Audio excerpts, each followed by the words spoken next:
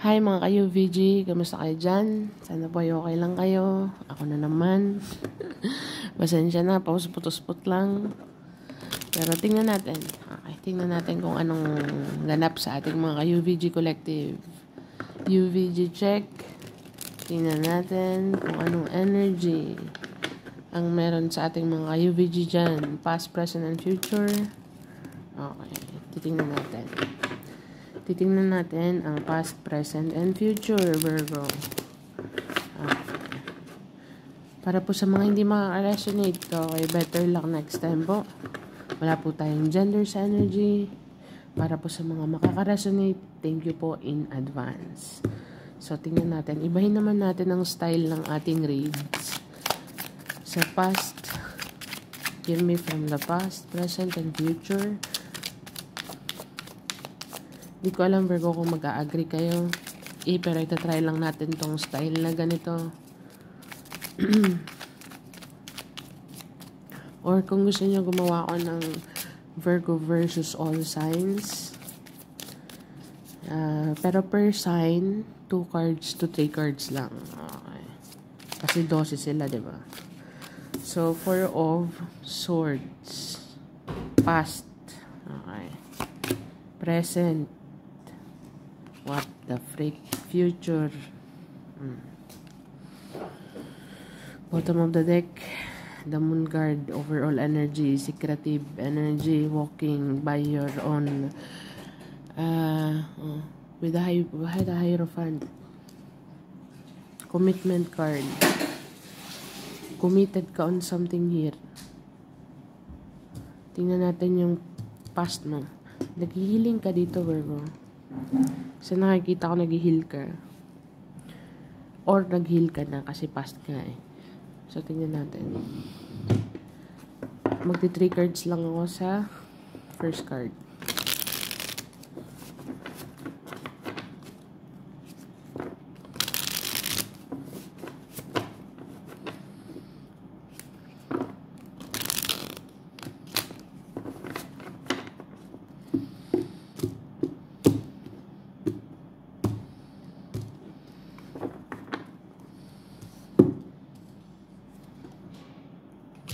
Ten of Pentacles to the Eight of Cups,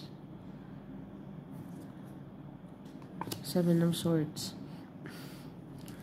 Gawin na nating 4. The Hierophant card. Nag-walk away ka sa isang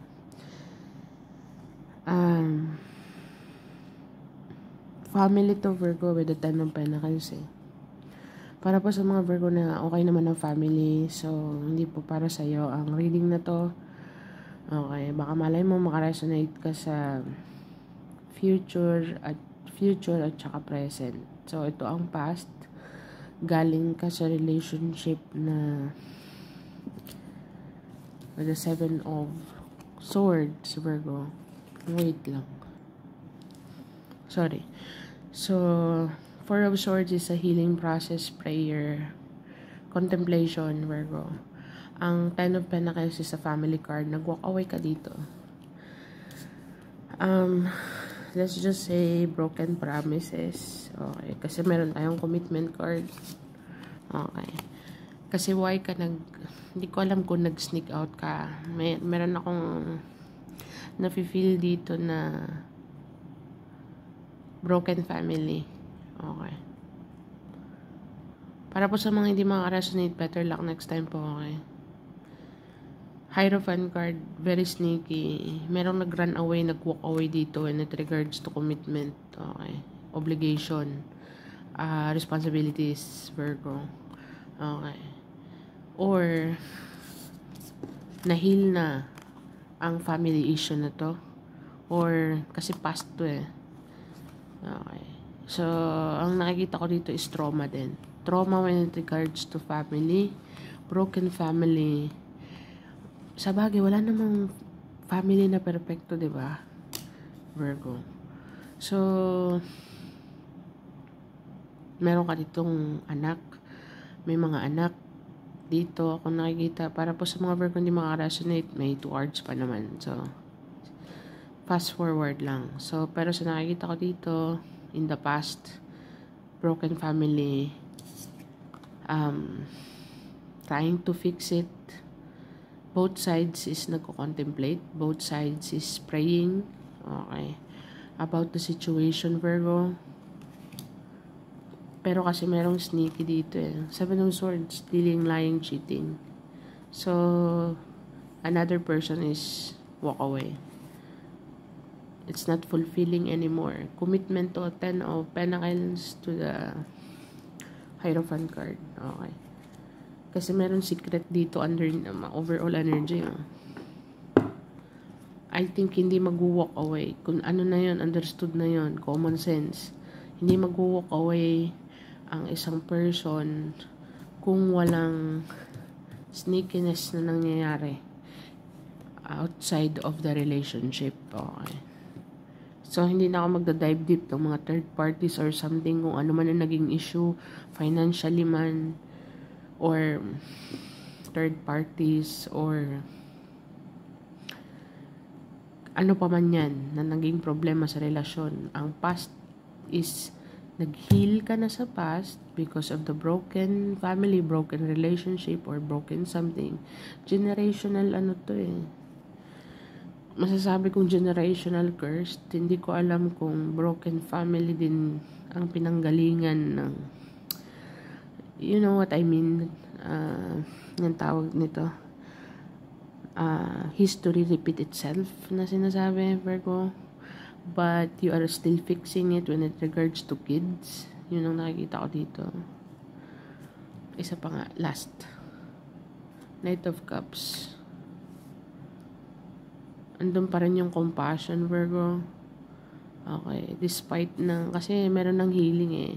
Once na nag-heal ka, you will understand more why the situation, bakit ang sitwasyon hindi sumang-ayon sa ini-expect mo.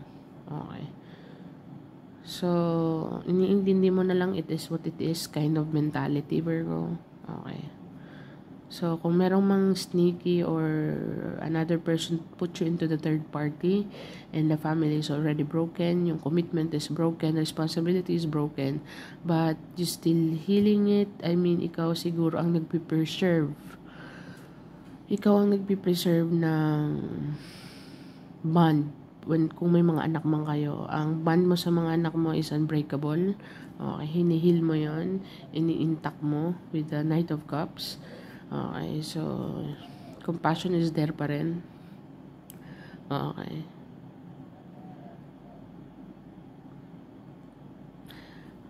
Yun ang nakikita ko sa past. Okay, nag-heal ka na sa trauma. Trauma to eh.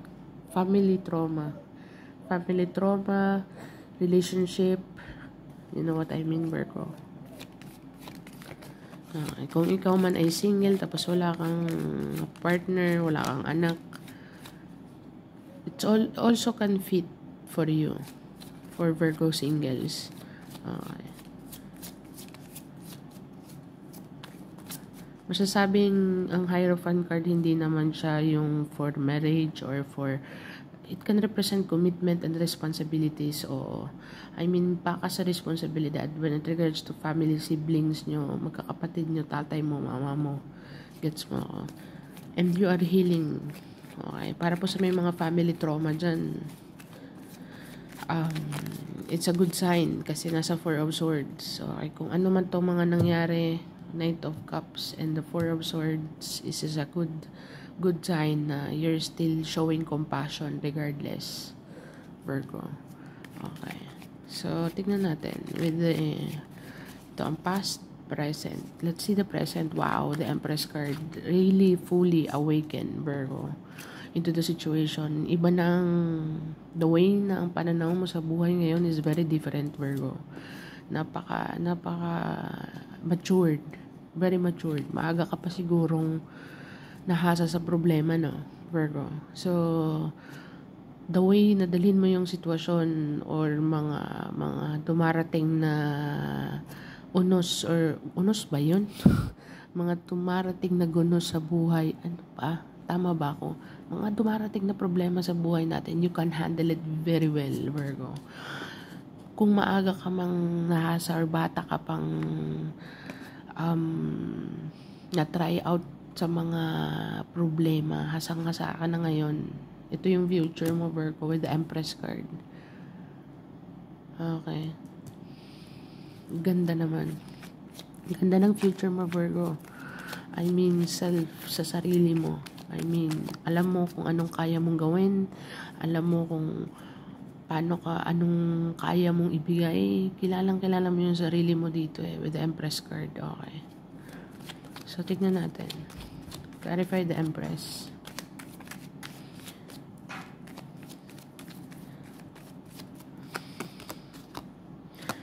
Sabi ko sa'yo, compassion is nandito. Queen of Cups. Ace of Pentacles. The Emperor. Emperor, Empress. Para po sa mga with the Chariot card. Ang sinasabi ko dito, history repeat itself. Kung ano man ang trauma mo dito when it regards to family or broken family, Virgo.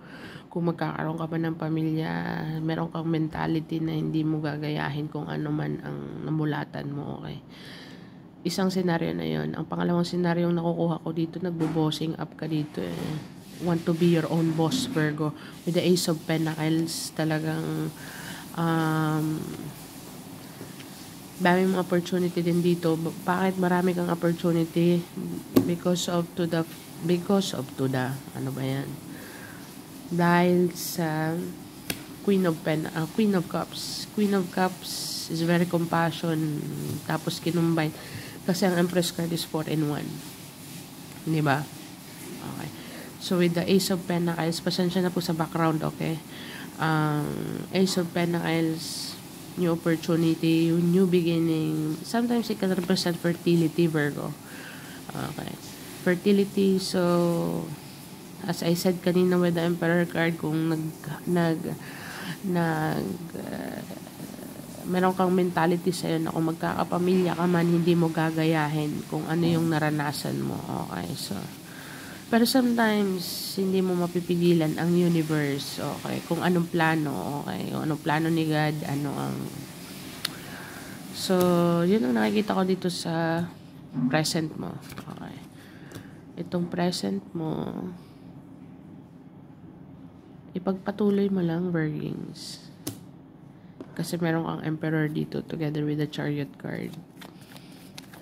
Incoming, para po sa mga naghihintay. Okay.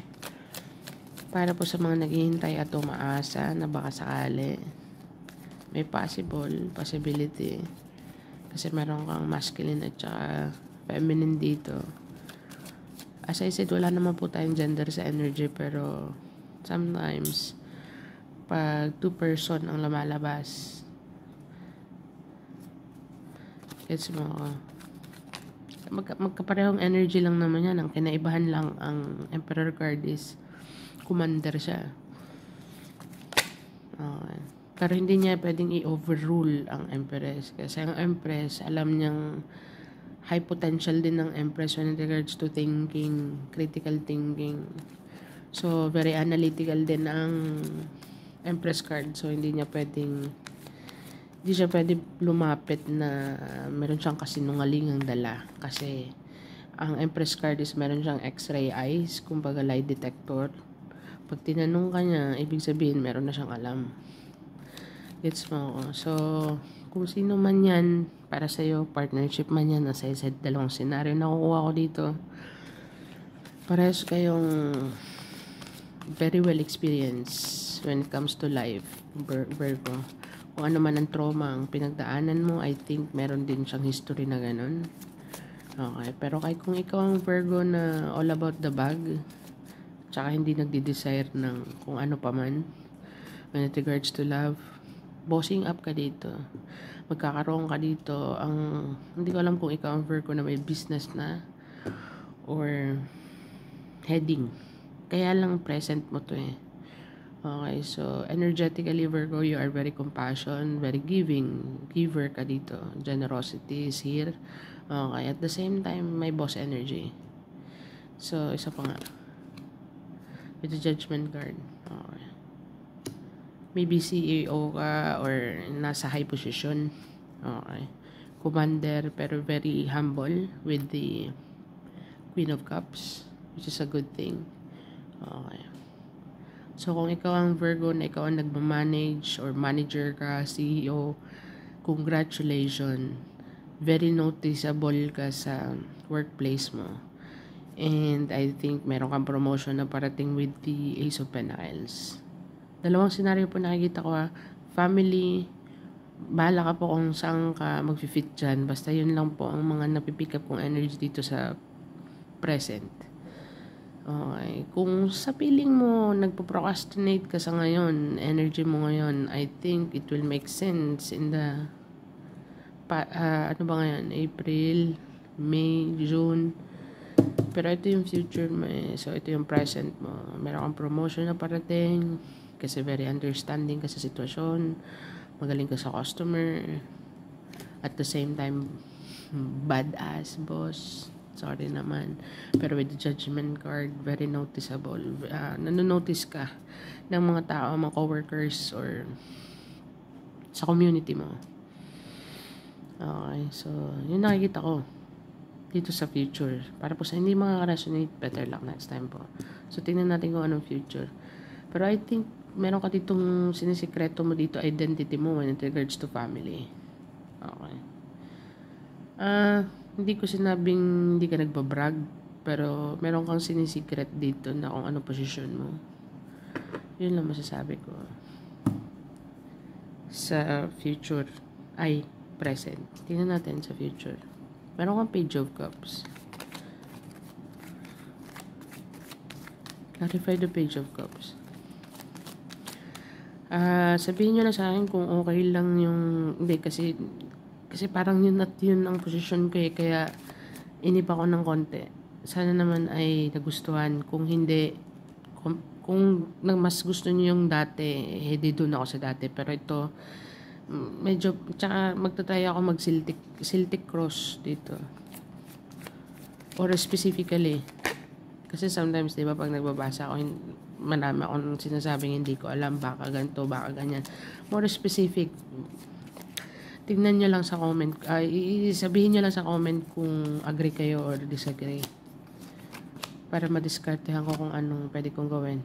Nine of Cups, Page of Cups to the Nine of Cups. Future mo to, Seven of Cups, wag masyado. Na OOA na, over ano na to. Mako-confuse ka na. Kung ano man ang ina-attempt mo dito, wait lang. Five of Cups, it will lead you to regret, Virgo. But anyway, with the King of Wands, unstoppable ka pa rin. Go-getter kasi ang King of Wands eh. Visionary. Meron kang vision dito, Virgo, sa future. Okay, be careful lang kasi meron kang Five of Cups, which is regret card. Pagsisisihin mo sa uli. Nine of Cups is goals and desire. Seven of Cups, confusion. Nasa underneath po tayo ng Page of Cups. Ang Page of Cups po, wag natin i-underestimate ang pages kasi ang pages can grow. Ang pages po, as lagi kong sinasabi, pages is meron siyang isda sa kanyang cup. So, buhay po yan. Depende po sa pag-nurture nyo when it regards to career, relationship, ano man to sa'yo, kung ano man ang nabivision mo dito, relationship man yan, career, or new business. Huwag mong overdo. Bakit ko sinabing overdo? Kasi sa dami-dami ng gusto mong mangyari ay huwag mong isabay-sabay kasi may confusion card ka dito. Nandun na tayo sa energy ng King of Wands. Ang King of Wands, kailangan make things done. Hindi siya titigil hanggat hindi titigil ang King of Wands, pero nandito ang regret. Ayoko magsisi ka sa huli, baka sabihin mo hindi kita pinagsabihan, but kung ano man ang nabivision mo sa ngayon, Virgo, slowly lang, step by step, together with the Four of Wands at the bottom of the deck. So, kung meron ka mang kinoconstruct or may gusto kang ipagawa, properties, in regards to properties, project, kung ano pa man yan para sa'yo. One step at a time. Kasi meron kang regret energy dito. Sandali. Clarify ko nga ng isa pa. Clarify the 5 of Cups. Pero alam mo, regardless ng pag may palpak mabilis kang makamove on dito eh. King of Wands, hindi siya siguro 24 hours. Bawa, yung pagsisisi niya ba? I mean, ang King of Wands kasi madaling makamove on ang King of Wands kasi meron siyang another task na gagawin. Kung pumalpak man siya sa isang project, okay, sige. Hindi mo siya makakausap ng 24 hours kasi isipin niya yun. Pero at the next day, lesson learned yun sa kanya. So, ganun yung energy ng King of Wands. Go-getter pa rin siya. Kasi may confusion ka sa dami-dami ng plinano mo dito. 7 of Cups. Confusion card. Tingnan ko. Clarify the 7 of Cups.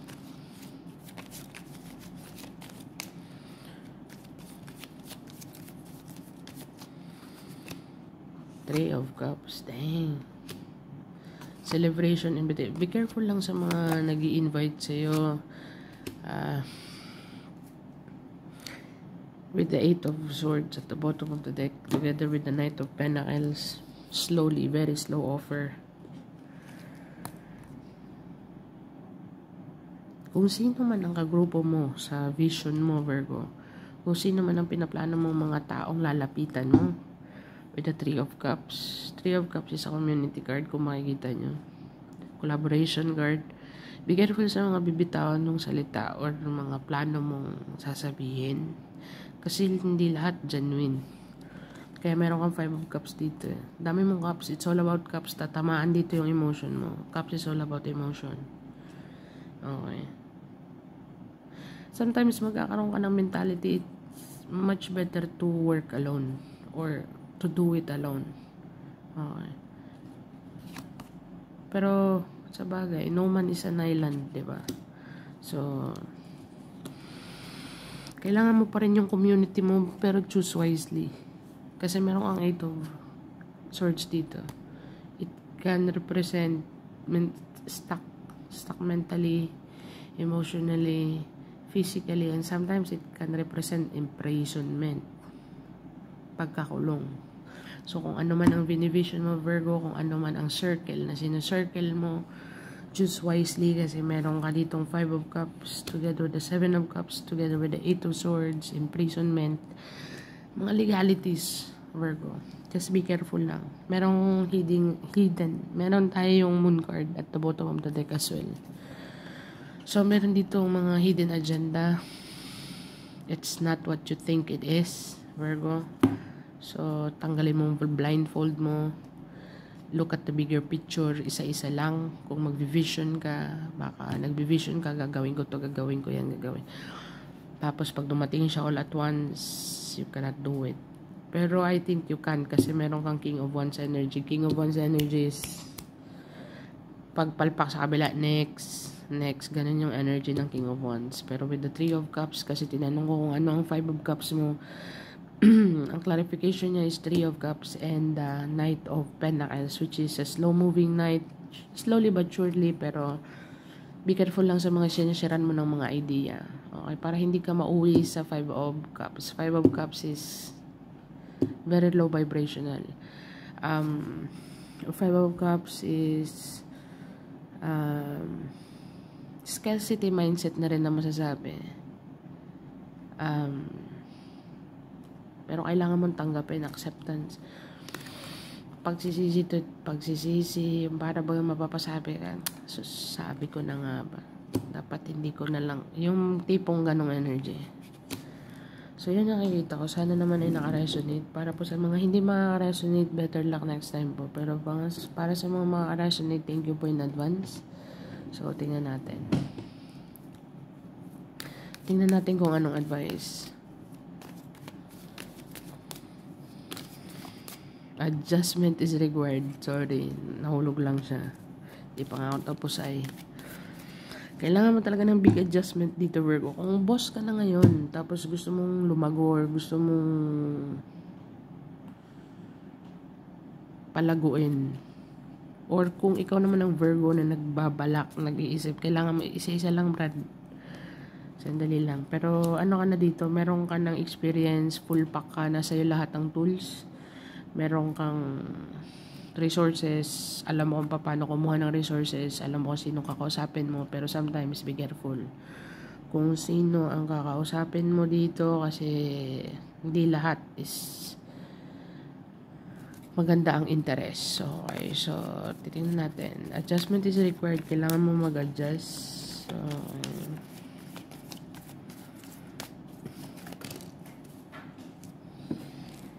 dali ng ulo. Show the world the real you, Virgings. Dito nalalabas ang ano. Meron ako nabivision pero hindi ko nasasabihin kasi awkward. So, tingnan natin.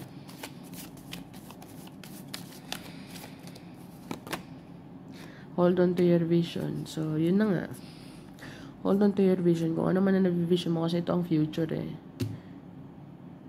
Ito ang future. So, work through your fears. Meron ka nga fears with the 5 of Cups, scarcity mindset as sinabi ko kanina. So, it's up to you, Virgings, kung anong basta be careful lang sa mga taong makakalubilo mo para hindi ka magsisi sa huli. Okay, kasi meron mga hidden agenda dito na i-stack ka. Sometimes it can represent imprisonment. So, be careful sa mga legalities kung sino lalapitan mo. Okay, mga information na kinukuha mo, Virgo. So, tingnan natin. Ano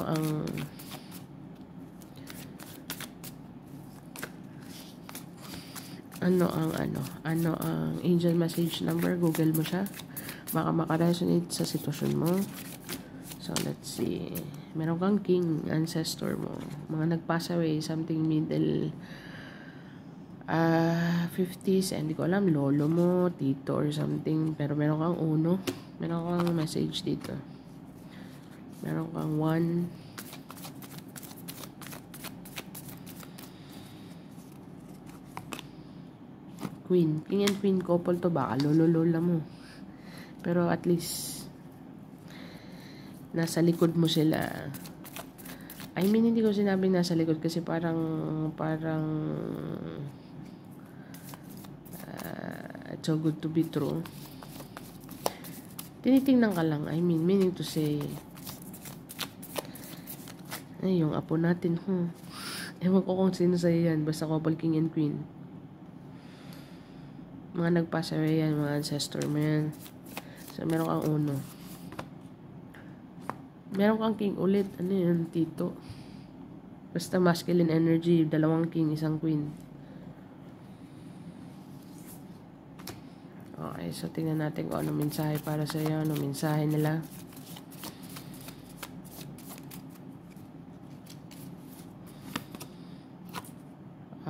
Dalawa pala. 187. So, 187 Virgo, Google mo siya. Angel message number 187. Baka makaresonate sa sitwasyon mo. So, yun lang may hain ko sa inyo, Virgo, sa ngayon. So, thank you for being here, Virgo. Thank you for watching. And bye for now.